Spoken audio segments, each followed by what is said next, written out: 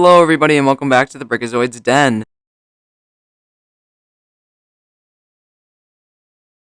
I just finished watching the latest episode of Amphibia, which came out today, alongside the Owl House, of course, and I have to say, I wasn't too crazy about this Amphibia episode. Maybe it's because I watched the Owl House episode first, and I was kind of like really excited about that one, because that one was a really good one. And now that I watched this Amphibia episode, I don't know. It wasn't one of my favorites. It was still on the human realm, or the human on Earth, which was not what I was expecting. I thought they were actually in the beginning they were actually going to go to Amphibia, and this was going to be the start of that storyline. But I think what I'm happy to say is that I think next week and the weeks after are going to be all Amphibia, which is exciting because I'm kind of like ready to return to Amphibia to go back to that world. So the human world has been fun, like for season 3A, that has been pretty fun. But I'm definitely ready to kind of go back to Amphibia and return to Amphibia. And this episode kind of feels like it should have been the mid-season finale. But it makes sense why they didn't do that because they want to have 11 weeks because there's going to be 11 weeks of Owl House. So then they just wanted to have 11 weeks of Amphibia, and that's why they ended it on the Christmas special episode. But still, I don't know. This definitely felt more like mid-season finale-ish. But what's very exciting is that we do have 10 episodes that are going to be all in Amphibia after this one. So 10 episodes in the human realm and then 10 episodes in Amphibia is what I believe it's how it's going to go down, which is really exciting. But talking about this episode, we'll obviously get down into the breakdown and everything. But again, like I said, I wasn't too crazy about this one. It just kind of felt like what they've been doing for most of the episodes when it comes to the whole human realm, which is like the FBI are there and they're trying to catch the planters. So yeah, we'll get into the breakdown right now. Here we are, Escape to Amphibia, which is season 3, episode 10. And basically we start off with Mr. X, and it seems like Mr. X's boss reviewing some files on the planters, some, security cam footage and things like that. And basically the boss saying that they need to catch the planters. We gotta test them. We gotta know what they are, who they are. And yeah, it starts off pretty strong like that. And we also go to Terry, which of course is from episode 6, I think, who is building a portal for the planters so that they can all escape to Amphibia, as the episode title says.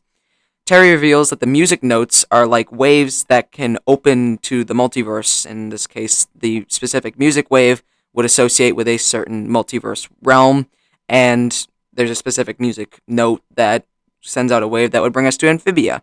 So the planters and Anne tried to think about what kind of music note they may have heard while going through the portal, and they figure it out, and now the portal is starting to open, and opens a portal to Amphibia. They're able to see Amphibia, but it's not strong enough, and only a giant mantis, like leg, was able to get through, but they're cutting it off and things like that. The mantis does come back into play later on in the episode. So the whole plot of the episode, or the whole point of the episode, is that the portal needs more power. So Anne has to leave. Anne kind of has like this conflict with herself, I guess, throughout the episode, where she has to leave her parents behind again in order to go back to Amphibia and stop Andreas, because her parents aren't going to come to Amphibia with her. So that kind of carries throughout the entire episode. But we also have the planters and the Boon Choys travel to a place called Spenco to get supplies that Terry needs for the completion of the portal. And then, which was really interesting throughout this entire episode, is they did a bunch of like Star Wars references, which was kind of interesting. Of course, Star Wars and Amphibia are owned by the same company, so I guess it makes sense why they would do something like this. But Anne and her dad have an off-brand Star Wars lightsaber fight, which was interesting. And there's another scene later on that is like really kind of crazy to see. It was probably the coolest scene in the actual episode, in my opinion, because of course I wasn't too crazy about this one personally. But the Boontroy family basically are bonding at this place, which makes Anne feel worse about having to leave to Amphibia again, because she's going to be obviously missing out on spending time with her family and seeing her family again. It's only been a little bit of time since she's been on the human Earth realm. So Anne and Sprig kind of talk about it. And I gotta be honest, the planters, I feel like they weren't in this episode too much, but there are a lot of characters that actually show up in this episode, a lot of human characters. Because again, I feel like this was supposed to be the actual mid-season finale, but it ended up being pushed so that they can have 11 weeks of Owl House and Amphibia, like, side by side, I guess, or running at the same time. So they basically brought all the human characters from the previous 9 episodes, into this episode to kind of help with this final moment here. Again, very very mid-season finale ish. But anyways, we find that Hop Pop is obsessed with anything avocado related, because apparently the avocados on Amphibia are like poisonous or something. And when they're leaving the Spenco place, the FBI ends up finding the group once again, and Anne and the Planters try to escape, but the Planters are captured by the FBI officially. They're officially captured here, because I don't think in any of the other episodes they've been captured before. So there's a car chase scene with the Boon Choys chasing after the FBI trucks that the Planters are in. And then when they reach the FBI facility, they're obviously not going to just go straight in. They have to kind of scope it out. Anne has an idea of calling up some people to help out, while we see Mr. X interrogate the Planters. Hop Pop, what was he? He was just talking about. I don't even remember what the conversations were. They were all like about Mr. X and the FBI believes that the Planters are like some alien race, which they technically kind of are. Not really though.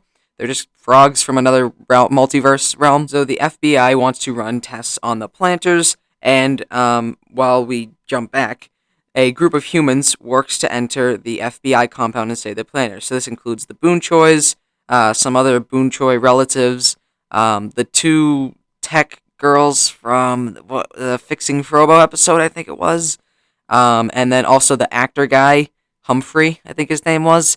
And then also when Sprig became Spider-Man in that one episode, there was the girl there, I forget her name. I think they said it in the episode too, I forget her name. But basically a large group of humans that were from the previous episodes are now coming back in this episode to help save the Planters, because of course all these characters had different friendships and things like that built with these characters, with the Planters, so they're willing to help, of course. While they break into the facility, Dr. Jan and Terry notice a generator that could potentially power the portal in the FBI facility, so they go off on their own little adventure to go get that. And then we see Mr. X, who, when they run into the building, or run into like this room to find the Planters, it ends up being a trap that Mr. X set, and they're able to imprison the human group. Anne feels defeated because Mr. X keeps saying that she's just a kid and that she can't really do she can't do it. She's basically trying to bring down her spirits so that she can actually take down King Andreas and escape the FBI, which is such a goofy storyline. Anyways, Anne reveals that she doesn't really want to say goodbye to her parents again when she has to go to Amphibia, but her parents, being the good parents that they are, encourage Anne that she is able to handle taking down Andreas, and that it will be fine if she goes and leaves her Amphibia. Then we see Dr. Jan and Terry, who are successfully have stolen the generator, causing the power to go out, unlocking the prison cells. And then Anne's dad gives Anne an off-brand lightsaber to fight the FBI. And then this is where the best moment in the episode comes in. Again, I wasn't crazy about this episode, but this was a very amazing moment here. Is Anne gets her own Star Wars hallway scene, like Vader, basically. Of course, we saw in Mandalorian Season 2, the finale, Luke had his hallway scene. Of course, Vader has had his hallway scenes, in Rogue One, for example, when he took down all the Rebel troopers. And now Anne Boon Choi from Amphibia gets her own Star Wars hallway scene, taking down the FBI with an off-brand lightsaber. It was literally, one of the FBI agents was up against the glass of a door, saying that he wanted to get out, to let him out, and then Anne hits him over the head. Of course, that is straight from Star Wars, from Rogue One, I guess, which was really cool. That was a pretty cool moment, I have to admit. Anyways, Mr. X leaves to restart the generator as the power goes out, and Anne is now able to save the Planters. The human group uses an FBI truck to escape the facility and obviously take back the Planters. And then the FBI also chases after the Planters and humans who work together to take down the actual trucks that are chasing after them. Knowing Mr. X, he has very interesting shoes that can do very different things. And this one had he was able to use the shoes for magnetic purposes to hang onto the roof of the FBI truck and place a tracker on the truck that the humans were using to escape before they actually got away completely. So now we are back in the portal warehouse, wherever they set up, I forget what it was, and Anne has to officially say goodbye to her parents once again. Terry and Dr. Jan power up the portal, but it still isn't strong enough. The generator was not enough power to start up the portal. So while they're trying to start up the portal, the FBI ends up finding the group's hideout with the tracker and are able to break in where the portal is, that warehouse area. Anne uses her Calamity abilities to defeat the FBI, and then also uses them to power up the portal so that it's big enough so that they can fit through and go to Amphibia.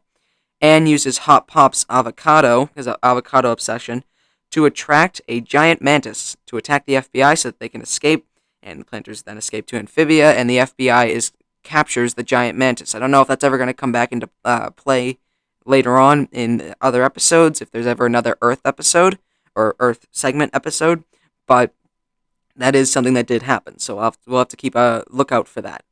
And then we end basically the episode with Anne and the Plantars waking up on Amphibia and basically seeing it taken over by King Andrius and his, I guess Amphibia, the kingdom, I guess.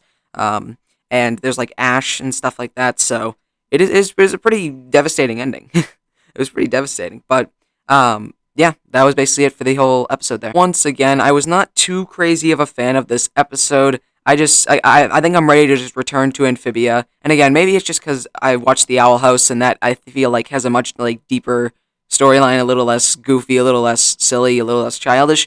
And I think that's kind of why maybe I'm not too crazy about, Amphibia or this episode so far on this Earth human realm.